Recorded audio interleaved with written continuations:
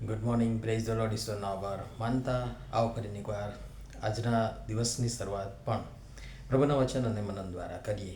પ્રભુનું વચન કહે છે, મને તારી ઈચ્છા પ્રમાણે વર્તવાનું શીખવ, કેમ કે તું મારો દેવ છે.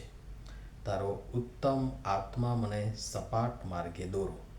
ગીતશાસ્ત્ર 143મું ગીત અને 10મી કલમ. આજનો વિચાર. ખ્રિસ્તમાં અતિ પ્રિય વાલા મિત્રો, પ્રભુ ઈસુ ખ્રિસ્તના મહાન અને ગૌરવી નામમાં આપ સર્વને સવારની પ્રેમી સલામ. આજનું આ દેવનું વચન આપણને એક સુંદર અને જીવન બદલનારી પ્રાર્થના શીખવે છે. આ પ્રાર્થના છે. દાઉદ રાજા પોતાના જીવનના અનુભવમાંથી પરમેશ્વરને વિનંતી કરે છે કે હે પ્રભુ, મને તારી ઈચ્છા પ્રમાણે વર્તવાનું શીખવ. આ શબ્દોમાં તેની પોતાની નમ્રતા છે, ઈશ્વર પ્રત્યેનો પ્રેમ અને વિશ્વાસ છે, અને સાથે સંપૂર્ણ સમર્પણ પણ જોવા મળે છે.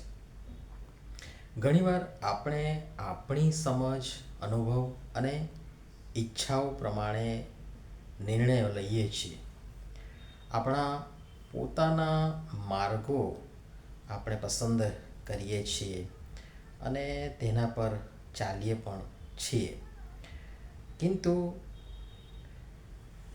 દરેક નિર્ણય અને દરેક પસંદગી આપણને સાચા માર્ગે દોરી જાય એવું જરૂરી નથી.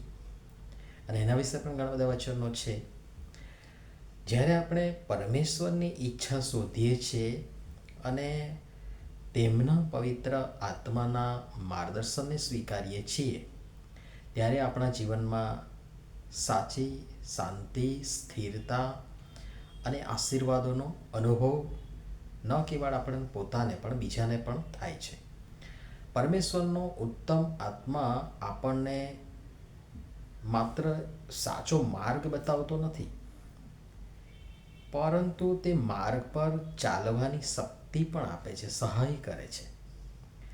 જીવનમાં નિરાશા, હતાશા, મૂંઝવણ, પ્રશ્નો અને પ્રલોભનો અને મુશ્કેલીઓ એ બધું આવે ત્યારે પવિત્ર આત્મા આપણને સંભાળે છે, ખોટા રસ્તાથી બચાવે છે અને સાચા રસ્તે ચાલવાનું સામર્થ્ય પૂરું પાડે છે.